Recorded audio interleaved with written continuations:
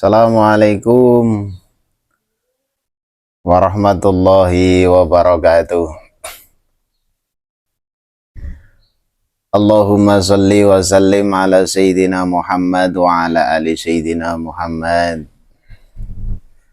Amma ba'du.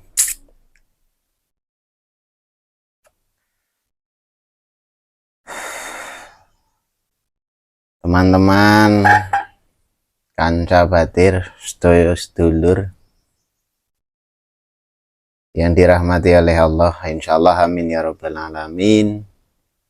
Semoga kita senantiasa diberikan kesehatan, kelancaran rizkinya, diberikan kemudahan urusan dunianya, kemudahan urusan akhiratnya kelak. Amin ya rabbal alamin. Teman-teman yang dirahmati oleh Allah, saya ingin sedikit membahas di sini tentang ayat Al-Quran surat Al-Isra kalau nggak salah, yang berbunyi Bismillahirrahmanirrahim. Subhanalladzi asra bi'abdihi laylan minal masjidil haram ilal masjidil aqsa alladzi barakna haulahu linuriyahu min ayatina innahu wasyami'ul bashir. Shadaqallahul adzim. Mungkin teman-teman sudah biasa mendengar ayat ini, apalagi ini di sasi Rajab, bulan Rajab, salah satu bulan yang dimuliakan oleh Allah Subhanahu wa Ta'ala, yang mana tanggal 27 Rajab Allah mengangkat baginda Nabi Muhammad Shallallahu Alaihi Wasallam dengan peristiwa Isra Mi'raj dari Makkatul Mukarramah sampai ke Masjidil Haram, sampai ke Masjidil Aqsa Palestina, kemudian naik ke Sidratul Muntaha. Di ayat ini Allah menerangkan ketika Allah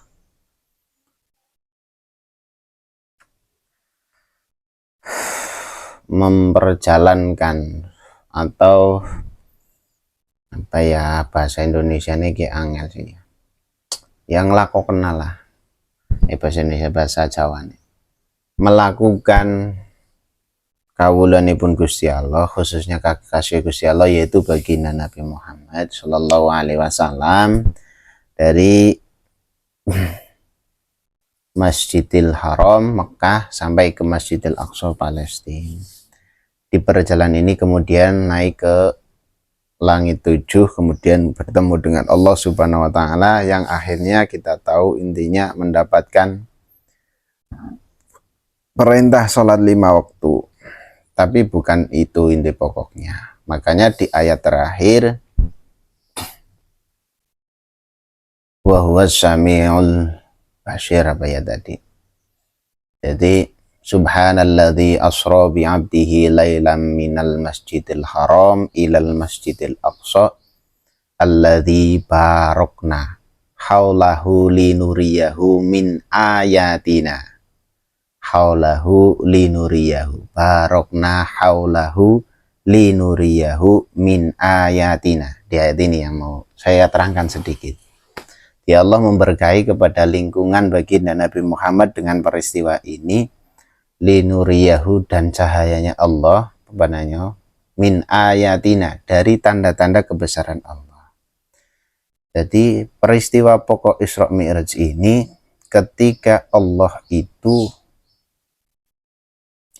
mengasih tahu secara langsung kepada baginda Nabi Muhammad tentang ayat-ayatnya Allah, kebesaran-kebesaran Allah. Allah menerangkan tentang ada 124.000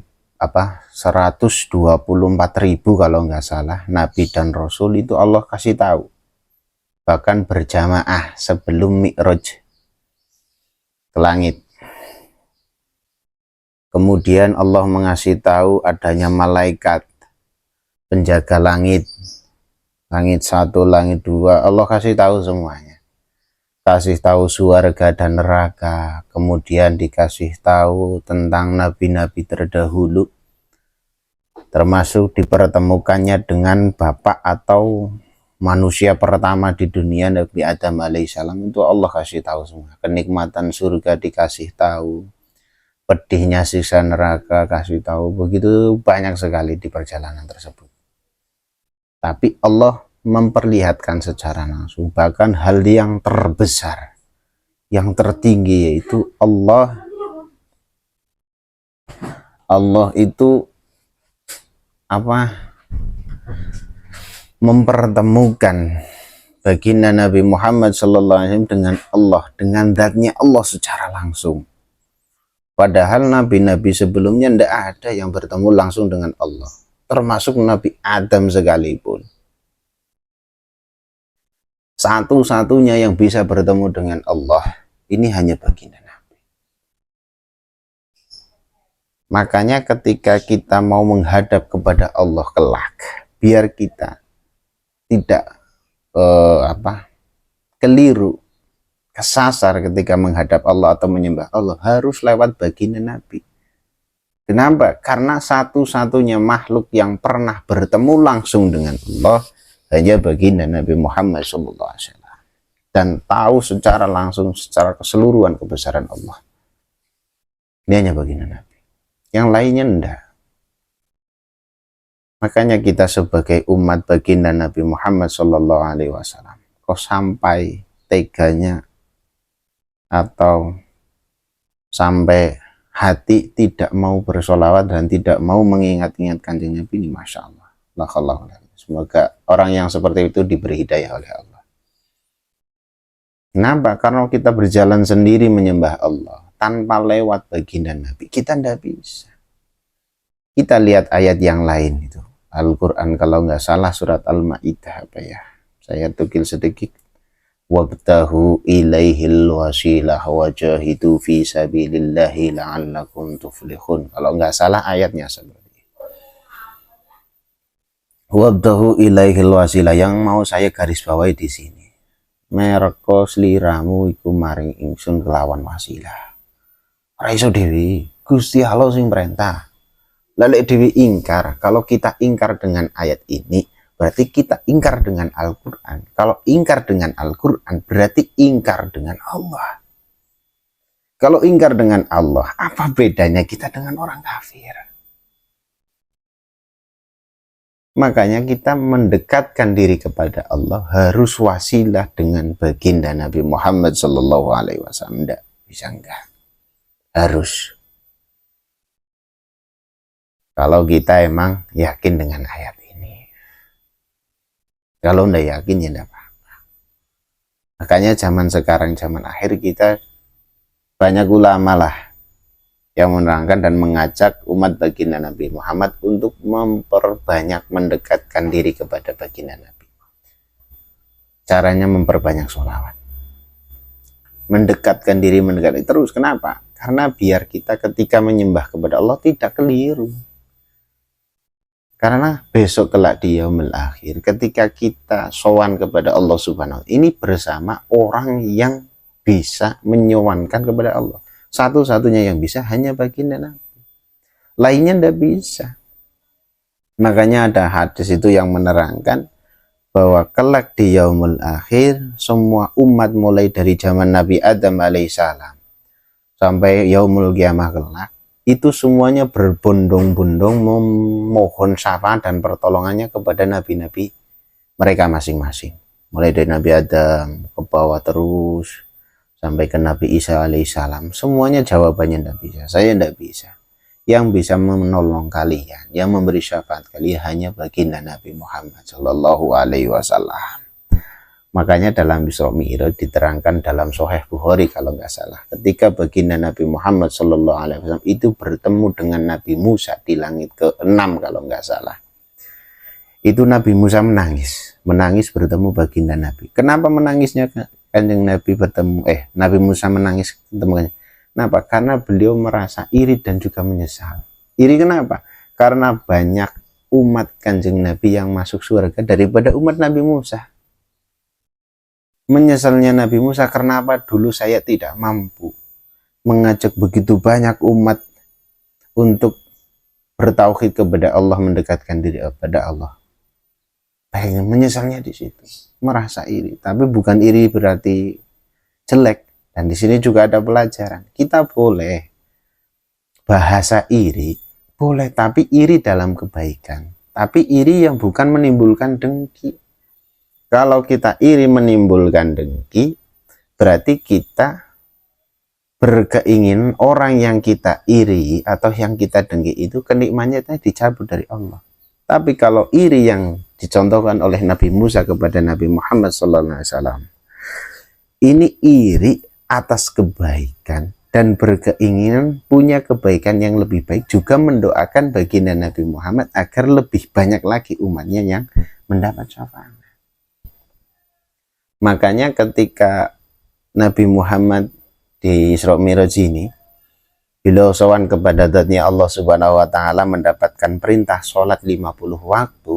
Yang memprotes itu Nabi Musa. Nabi Muhammad, umatmu tidak akan mampu. Kembalilah minta keringanan kepada Allah. Karena saya sudah mencoba. Umat saya ini tidak kuat untuk beribadah kepada Allah. Sholat 50 waktu itu tidak mampu. Akhirnya minta lagi, terus minta.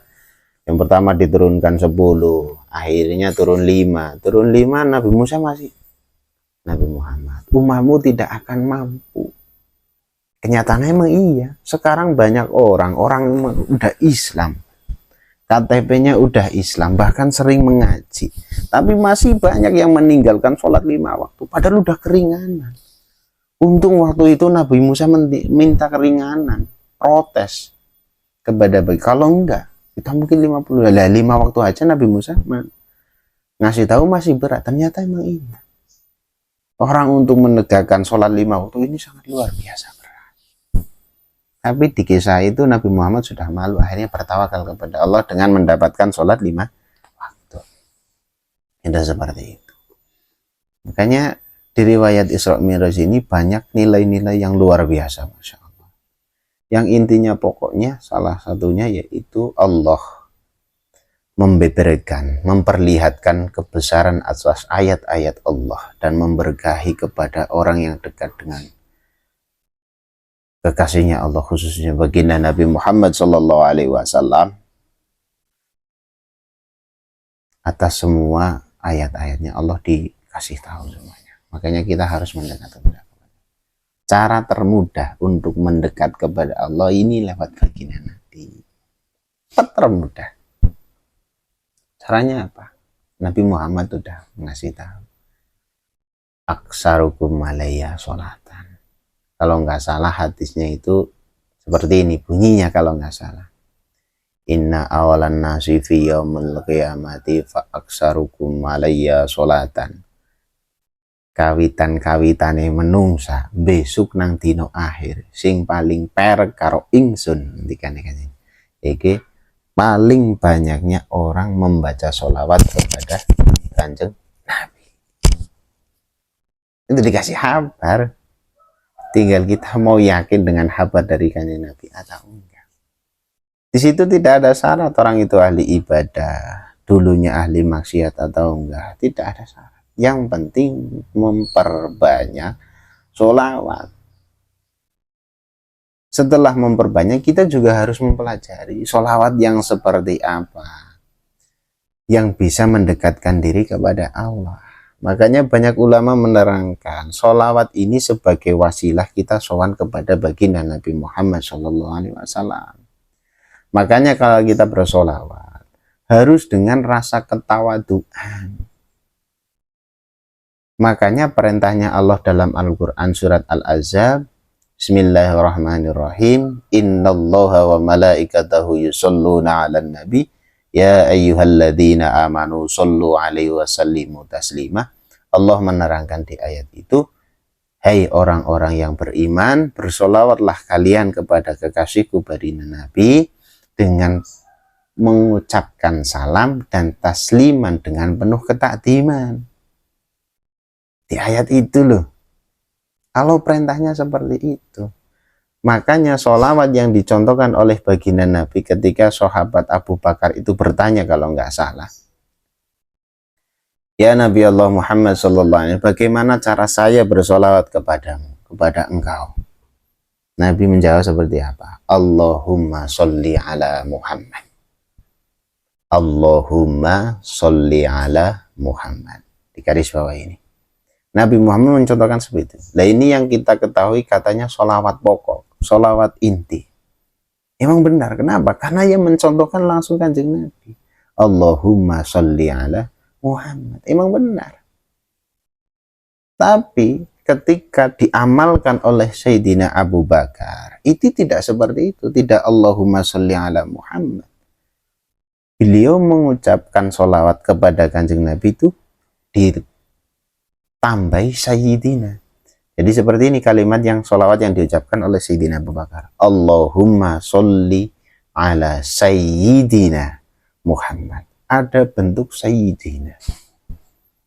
Ya, ulama menerangkan sama-sama baik. Allahumma sholli ala Muhammad, ya benar. Allahumma sholli ala Sayyidina Muhammad, iya benar. Kalau Allahumma sholli ala Muhammad berarti takdim dengan perintah Kanjeng Nabi. Oke. Tapi kalau Allahumma sholli ala Sayyidina Muhammad berarti selain takdim ditambahi sebagai bentuk adab, tata krama kita mengucap sholawat kepada kekasih Allah, yaitu baginda Nabi Muhammad sallallahu alaihi wasallam. Makanya yang diamalkan Sayyidina Abu Bakar seperti itu. Allahumma sholli ala Sayyidina Muhammad. Ada bentuk sanjungan Sayyidina, Gusti kita, bendoro kita, junjungan kita. Kenapa? Karena beliau kekasihnya Allah Subhanahu wa ta'ala. Itu seperti itu.